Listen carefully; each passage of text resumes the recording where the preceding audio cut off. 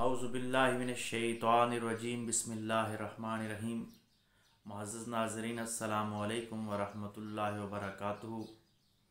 आज हमारा मौजू बड़ा ही दिलचस्प है, यानी कि खाना खाने के आदाब, कि खाना इस्लामी उसूलों के मुताबिक किस तरह खाया जा सकता है और किस तरह खाना इंसानी सेहत के लिए और इंसान के लिए मुफीद तरीन है।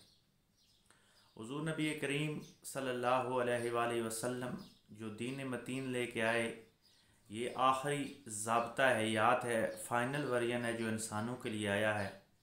इसमें लिबास पहनने से लेकर इक़्तिदार संभालने तक दुनिया के हर शुबाए ज़िंदगी को डिस्कस किया गया, क्योंकि कुरान और हदीस जितने भी है वो इंसान के अंदरूनी और बैरूनी मामलात के साथ डिस्कस करते हैं और इन्हीं की तशरीयात को आवाम तक पहुँचाते हैं। तो खाना खाना इंसानी ज़िंदगी का एक लाज़मी जुज़्व है, क्योंकि खाना खाने के बगैर इंसान ज़िंदा नहीं रह सकता। और अल्लाह तबारक व तआला ने कुरान मजीद में भी इरशाद फरमाया, जिसका मफ़हूम यह है कि तुम खाओ और पियो और इसराफ़ ना करना, यानी हद से ना बढ़ना। इस्लाम हलाल चीज़ को हर हाल में खाने का हुक्म देता है और हराम चीज़ से बचने का हुक्म देता है। तो खाने के आदाब में जो पहला अदब यह है कि आप हलाल खाया जाए, यानी इंसान ये चीज़ सोचे लुक़मा मुंह में लेते हुए और उससे पहले ये सोचे कि जो लुक़मा मैं खा रहा हूँ क्या ये हलाल है भी या नहीं है। क्योंकि कुरान मजीद में एक और जगह अल्लाह तबारक व तआला फरमाते हैं कि जिसका मफ़हूम यह है कि अल्लाह ने मोहम्मद अलैहिस्सलाम की उम्मत के लिए तय्यब चीज़ों को पसंद किया है। यानी एक हलाल चीज़ें वो हलाल जो हराम नहीं हुई, यानी ज़बिया हलाल, या बहुत सारे दरिंदे हमारे ऊपर हराम हैं, नबादात जमादात, कुछ चीज़ें हमारे ऊपर हराम कर दी गई हैं, कुछ हैवानात हमारे ऊपर हराम कर दिए गए। इसी तरीक़ा से जब उसका कसब किया जाए हलाल तरीके से, यानी मेहनत मजदूरी करके जायज़ तरीके से वो रिज़्क़ हासिल किया जाए, तो वो मुसलमान के लिए खाना जायज़ है। हराम खाना इंसान के लिए कत्तन नाजायज़ है।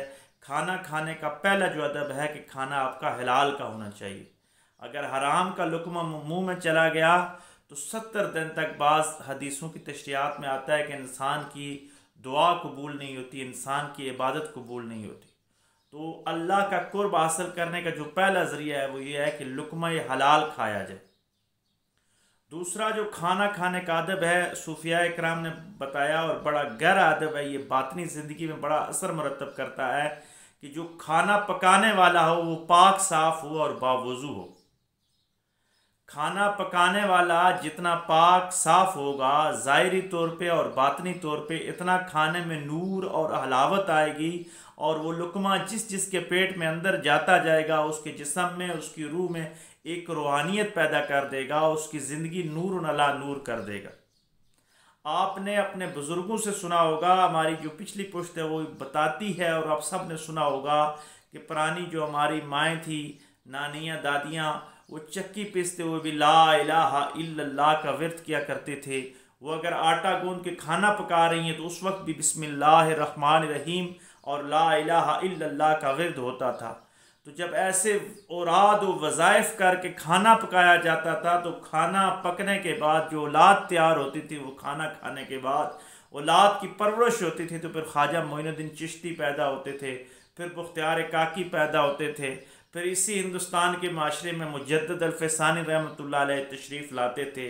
फिर उन हलाल की बरकतों की वजह से कायद आज़म मोहम्मद अली जिन्ना जैसा लीडर पैदा होता है। उस हलाल के लुक़मे की ताकत की वजह से शेख नूर मोहम्मद के यहाँ अल्लामा मोहम्मद इकबाल रहमतुल्लाह अलैह पैदा होते हैं।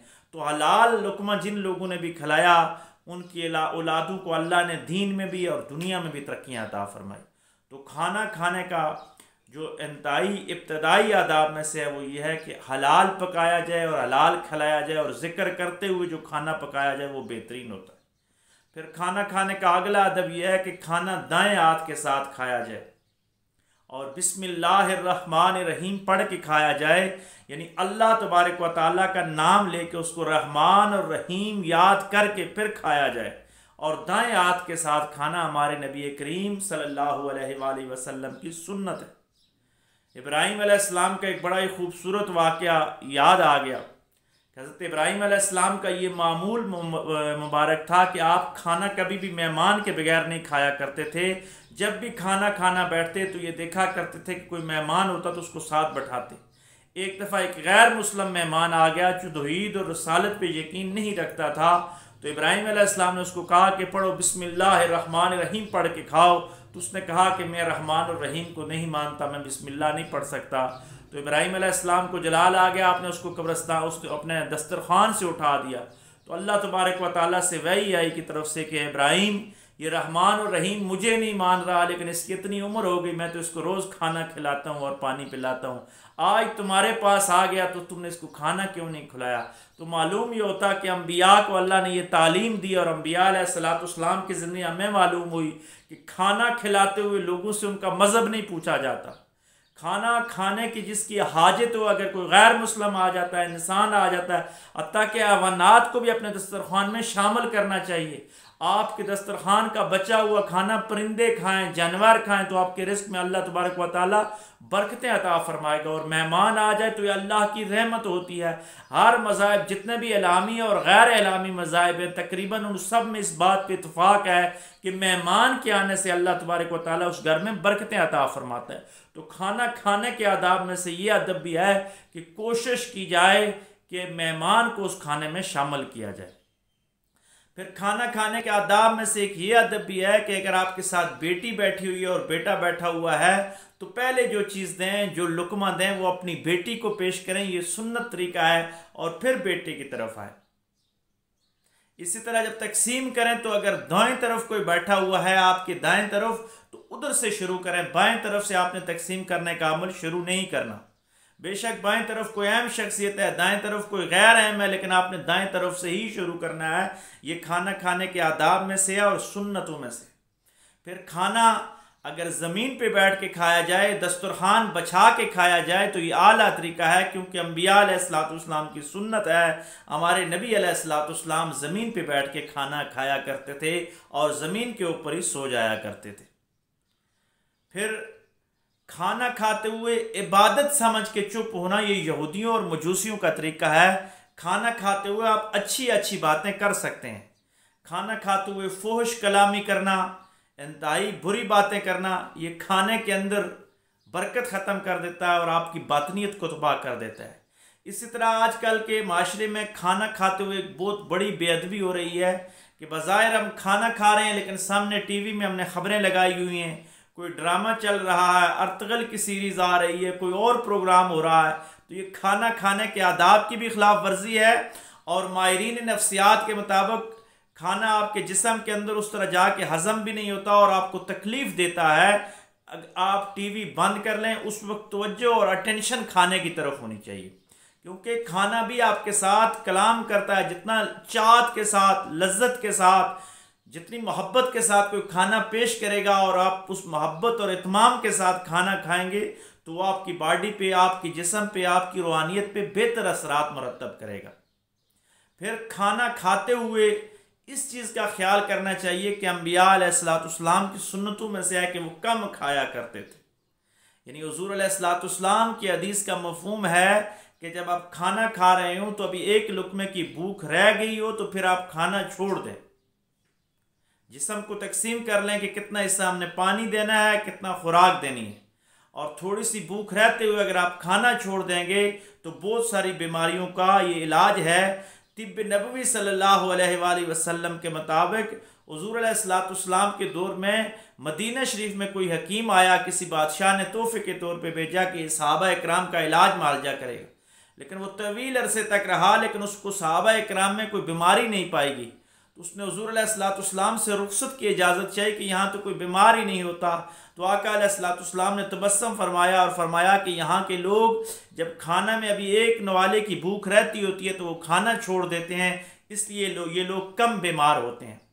मालूम ये हुआ कि अगर हम सुन्नत के मुताबिक ज़िंदगी गुजारेंगे, हम पाक साफ़ होकर खाना खाएंगे, थोड़ी भूख रहते हुए खाना छोड़ देंगे, तो हमारी ज़िंदगी में बरकतें आएंगी। इन आदाब की वजह से बातनी ज़िंदगी और ज़ाहिरी सेहत भी आपकी बेहतर होना शुरू हो जाएगी।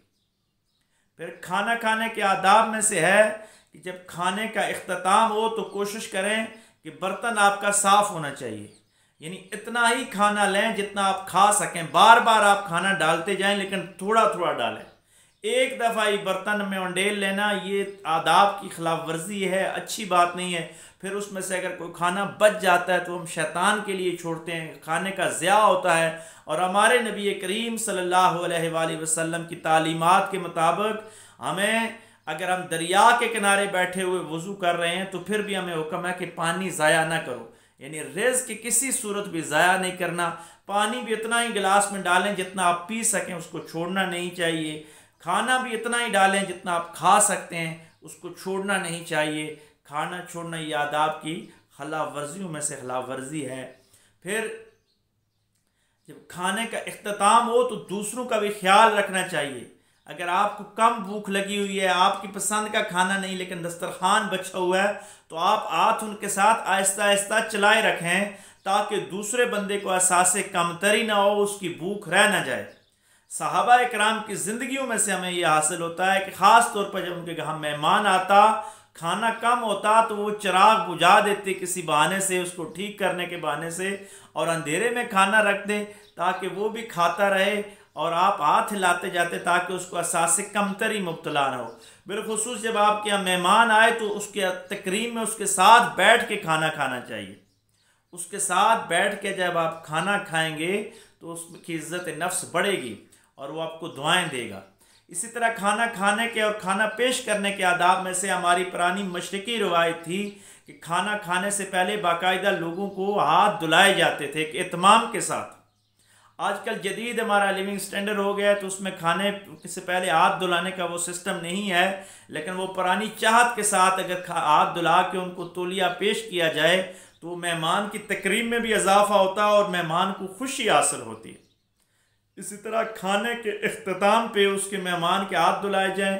कोशिश की जाए कि दस्तरखान पे सब लोग एक दफ़ा ही उठें ताकि किसी को भी अजनबियत ना महसूस हो, एहसास कमतरी में मुब्तला ना हो। फिर खाना खाते हुए तफाखर नहीं करना चाहिए। अगर आप में से बज़ाहिर कोई आप माली वसाइल के हवाले से कोई कम आदमी आपके दस्तरखान पे आ गया है, किसी का असब नसब आपसे कम है, किसी का लिविंग स्टैंडर्ड आपसे कम है, तो खाना खाते हुए उसको ज़्यादा तवज्जो दें। इतनी आजिज़ी के साथ खाएं, इतनी अपनाइयत के साथ खाएं, इतनी प्यार भरी उसके साथ बातें करें कि वो आपके साथ मानूस होकर खाना खाए।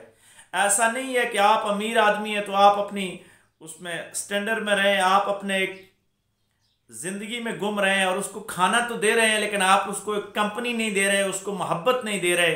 तो इस्लाम लोगों के दिलों के टूटने का बड़ा ख्याल करता है कि किसी का दिल ना दुख जाए।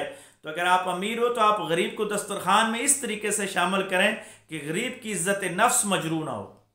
इज्जत नफ्स बड़ी चीज़ है। हमारा इस्लाम का ये मसला है कि काबे की दीवार को अगर गिराना चाहे तो गिरा दो, लेकिन मुसलमान की इज्जत को बचा लिया जाए, मुसलमान की जान को बचा लिया जाए। और मुसलमान का दिल रखने के लिए हमारे सूफिया इकराम की रवायात में से आता है कि नफली रोज़ा अगर होता तो कोई गरीब आदमी उनको खाने के लिए कोई चीज़ पेश करता तो आप खा लिया करते, वो नफली रोज़े के बाद में कज़ा कर लेते थे। फरमाया किसी का दिल ना दुख जाए। तो दस्तरखान पे होते हुए इस चीज़ का ख्याल रखना चाहिए कि किसी का दिल न दुखे। ये खाने के आदाब हैं, बहुत सारे आदाब हैं हमारी इस्लामी चीज़ों में। अगर आदाब पे जोर डाला जाए तो एक एक अदब पे घंटों गुफ्तगू की जा सकती है। आज की ये वीडियो काफ़ी तवील हो गई खाना खाने के आदाब के ऊपर। अभी मज़ीद पे इसके ऊपर बात की जा सकती है। इंशाल्लाह फिर किसी मौजू में दोबारा हाजिर होंगे, लेकिन कोशिश करें कि हम इस्लामी तरीक़ों के मुताबिक खाना खाएं ताकि खाना हमारे जिस्म में नूर पैदा करे, हमारे जिस्म में रूहानियत पैदा करे और हमारे जिस्म में बातनी तकवा और बातनी तारत आ जाए। अल्लाह तबारक व तआला हमें मुस्तफ़ा अलैहिस्सलाम के तरीक़ा पर ज़िंदगी गुजारने की तौफ़ीक़ अता फ़रमाए। व आखिर दावाना अनिल हम्दुलिल्लाहि रब्बिल आलमीन।